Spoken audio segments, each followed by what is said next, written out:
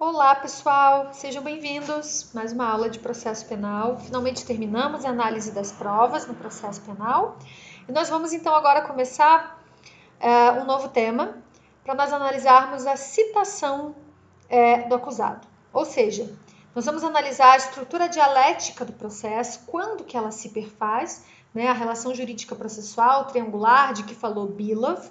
Nós só podemos dizer que há uma relação jurídico-processual, né, de partes com o juiz imparcial e as partes nesses cantos, quando eu tenho o chamamento do réu ao processo, né, quando eu tenho a citação do réu. Só que não é qualquer citação, né, quando eu tenho uma citação válida. Então, a gente vai estudar na aula de hoje a questão da citação do réu, quais são as formas de citação, como que o réu é citado, as diferenças entre citação real e citação ficta, os perigos da citação ficta no processo penal. Tá bom? Então, esse é o tema da aula de hoje. Primeira coisa, na fase pré-processual de inquérito policial, não existe acusado tecnicamente, não existe réu tecnicamente. Tá? O que existe é suspeito, indiciado, investigado, né? Indiciado se já tiver havido um indiciamento. Mas o status, né, de réu, essa definição acusado, eu só tenho depois que é realizada uma denúncia, né, ou uma queixa-crime, depois que é oferecida essa denúncia ou essa queixa-crime, ela é devidamente recebida pelo juiz. E aí, então, o juiz cita o réu para responder à acusação e formar a relação jurídico-processual triangular. Bom, gente, então, existem dois artigos muito importantes para a gente começar o estudo da citação do acusado, como ela se dá, que são, primeiro, o 362, que eu queria ler com 363, desculpa, que eu queria ler com vocês, que traz para nós a compreensão de que só estará satisfeita a relação jurídica processual triangular quando eu tenho o réu integrando essa relação. Como que ele integra essa relação? Quando é realizado um mandado, quando é realizada uma citação válida, ou seja, nos estritos termos legais. Isso está escrito então no artigo 363. O processo terá completado a sua formação quando realizada a citação do acusado. E o artigo 352 do CPP vai trazer os requisitos que o mandato de citação deve conter. Tem que conter esses requisitos, que é o nome do querelante ou do réu no caso de ação penal pública, querelante no caso de ação penal privada, né, a residência do réu, o endereço do réu, para que ele possa ser encontrado, o fim para que é feita a citação, para responder à acusação em 10 dias, o juízo e o local, o dia e a hora em que o réu deve comparecer, no caso de comparecimento à instrução, audiência de instrução e julgamento, a subscrição do escrivão e a rubrica do juiz. Esses requisitos devem estar contidos no mandado de citação. Em regra, o réu é citado pessoalmente por um oficial de justiça. Então, o oficial de justiça vai e bate na porta do acusado, do imputado, naquele endereço constante da denúncia e realiza a citação dele, entregando cópia da denúncia do queixa-crime para que ele possa responder a essa acusação em 10 dias, tá? Se em 10 dias ele não apresenta a sua resposta à acusação, o que o juiz vai fazer? Vai nomear um defensor público ou um defensor dativo para fazer isso. Isso está lá no artigo 396-A, parágrafo 2º do CPP. E só queria fazer um parênteses aqui, que o artigo 360 do CPP, ele foi alterado para se adequar à súmula 351 do STF, tá? Que vai dizer que é nula a citação por edital de réu preso na mesma unidade da federação em que o juiz exerce a sua jurisdição. Ou seja, a gente já vai tratar da citação por edital, que é um tipo de citação bastante frágil. Se a citação por edital já é frágil por si só, de baixa eficácia, completamente perigosa de ser realizada, né? A citação por edital do réu preso é pior ainda, né? Então, fica aqui o registro de que o réu deve ser citado sempre pessoalmente pelo oficial de justiça, inclusive o réu preso. Tá? Inclusive o réu preso. A citação dele deve ser feita pessoalmente. Impede-se assim a mera requisição para o diretor do estabelecimento prisional providenciar a condução do réu para audiência. Tá? Ele tem o direito de ser citado pessoalmente, recebendo cópia da denúncia. Muito bem, vamos lá para as formas de citação, real e ficta. A citação real é essa que eu acabei de falar para vocês, é feita através de mandado, cumprido por oficial de justiça, que vai comunicar ao réu pessoalmente do inteiro teor da acusação e de que ele deve responder àquela acusação num prazo de 10 dias por escrito. É efetiva comunicação da existência da acusação a ele, com entrega da cópia da denúncia ou da queixa-crime, tá? Só que a gente tem casos de citação ficta. Citação ficta no processo penal é aquela realizada através de edital, tá? E só pode ser utilizada quando esgotadas todas as possibilidades de se encontrar o réu para a realização da citação real.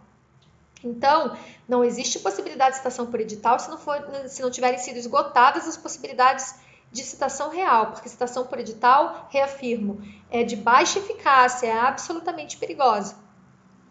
Tá? Então, o que acontece?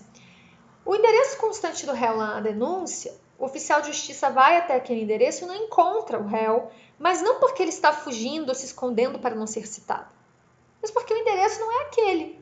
Ou porque ele mudou, ou porque não é aquele mesmo, houve uma confusão.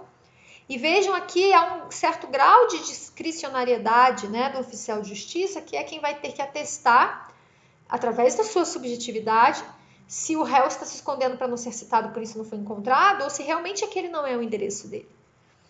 Tá? Então, antes de realizar a citação por edital, nesse caso em que o réu não foi encontrado porque o endereço não é aquele, e não porque ele está se ocultando para não ser citado, o juiz deve, antes de citar por edital, oficiar os órgãos públicos, como a Justiça Eleitoral, por exemplo, ou privados, por exemplo, empresas de telefonia, energia elétrica, de água, para verificar se nos registros dessas empresas não consta outro endereço que possa ser aonde o réu possa ser encontrado. Apenas quando retornarem esses ofícios negativos, com nenhum outro endereço diferente daquele para o qual o oficial de justiça se dirigiu, é que pode ser realizada a citação por edital. Que, claro, é inegável, né, gente, que a citação por edital é uma ficção, é descolada da realidade, porque ninguém acorda de manhã e resolve ler o diário oficial para procurar se seu nome está ali dentre pessoas citadas. Ou seja, quase impossível que da citação por edital o réu se apresente para realizar a resposta à acusação.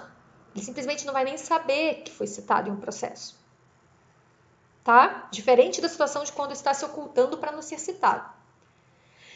Então, o artigo 361 vai determinar, o artigo 361 do CPP vai determinar que se o réu não for encontrado nessa situação de que o endereço está errado, não é aquele, ele vai ser citado por edital, depois de esgotadas essas possibilidades de procurar em órgãos públicos e privados, ele é citado por edital com prazo de 15 dias. Então, fica lá o nome dele em edital por 15 dias. Tá? Junto com o artigo 361 do CPP, nós também devemos ler o artigo 396, parágrafo único. 396, parágrafo único. Da leitura desses dois artigos, o que a gente tem? O réu é citado para, em 15 dias, comparecer pessoalmente ou através de defensor constituído. Se ele comparece, muito difícil que isso aconteça, mas se ele comparece, a partir do comparecimento é que se abre o prazo de 10 dias para responder a acusação. Então, são 15 dias em que aquele edital fica que vale. Tá? Se durante esses 15 dias o réu se apresenta, ou seu defensor constituído, no dia que ele se apresentar, a partir dali, vai começar a contar os 10 dias para apresentar a resposta à acusação. Só que se ele não comparecer, que é o que normalmente acontece, se ele não comparecer, se aplica o disposto no artigo 366, que é bastante perigoso e problemático. Por quê? Porque se o réu não comparece, diz o artigo 366, fim desses 15 dias em que o edital estava válido, e ele não comparece, o processo será suspenso. Só que o processo será suspenso, mas pode o juiz realizar produção antecipada de provas e, inclusive, decretar prisão preventiva. Diz o artigo 366, absolutamente problemático e em desacordo com o processo penal acusatório. Vou ler para vocês. Se o acusado citado por edital não comparecer nem constituir advogado, ficarão suspensos o processo e prazo prescricional, podendo o juiz determinar a produção antecipada de provas, o que já é um absurdo por si só, e, se for o caso, decretar prisão preventiva. Então, cara, nem sabe o que foi citado. Vai ter o processo suspenso, a suspensão do prazo prescricional.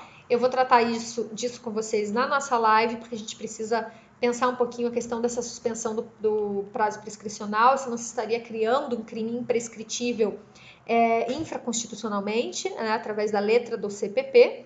Vou deixar isso para a live. Mas, de qualquer forma, é absolutamente perigoso essa possibilidade de o juiz produzir antecipadamente provas e, inclusive, decretar prisão preventiva. Tá? Nossa última forma de citação por hora certa. Há uma grande resistência, com razão, de nós processualistas penais, porque aqui na citação por hora certa a gente tem, né, uma problemática e uma infeliz transmissão de categorias do processo civil para dentro do processo penal, que é exatamente a citação por hora certa, que foi resgatada do processo civil e inserida no processo penal. É uma forma muito perigosa de comunicação ao réu, da existência de comunicação, uma forma muito problemática de citação. Tá? Ela acaba ressuscitando, né, a possibilidade de haver processo sem conhecimento da acusação e de, inclusive, haver até condenação. Tá? E, além do mais, é uma imensa responsabilidade depositar nas mãos do oficial de justiça, né, essa discricionariedade em identificar quando o réu está se ocultando para não ser citado ou quando simplesmente não é aquele o endereço dele. Então, a citação por hora certa, ela tem lugar especificamente aqui quando o réu está se ocultando para não ser citado, e o que vai ser percebido e constatado pelo oficial de justiça. Tá? Para fazer uma análise da citação por hora certa, então, devem ser analisados os artigos 252 a 254 do CPC, que é ali que vai constar o procedimento dessa forma de citação. Tá? Então, o oficial de justiça, além de ter que se dirigir no mínimo 2 vezes ao domicílio constante lá na denúncia, é importante que ele faça essa diligência em horários diferentes. Se não for observado isso, se ele cita por edital depois, essa citação é nula. No mínimo 2 vezes ele se dirige, então, em dias diferentes, em horários diferentes. De nada adianta ele realizar a citação no mesmo horário. Se alguém atende a porta e diz que o réu naquele momento está trabalhando. E realmente, nessas condições, ele realmente nunca vai ser encontrado. Fazendo isso em 2 dias, horários diferentes, deve o oficial de justiça, então, fazer uma certidão pormenorizada, indicando os dias que ele foi, os horários e principalmente os fundamentos que o fizeram suspeitar de que o réu estava se ocultando para não ser citado.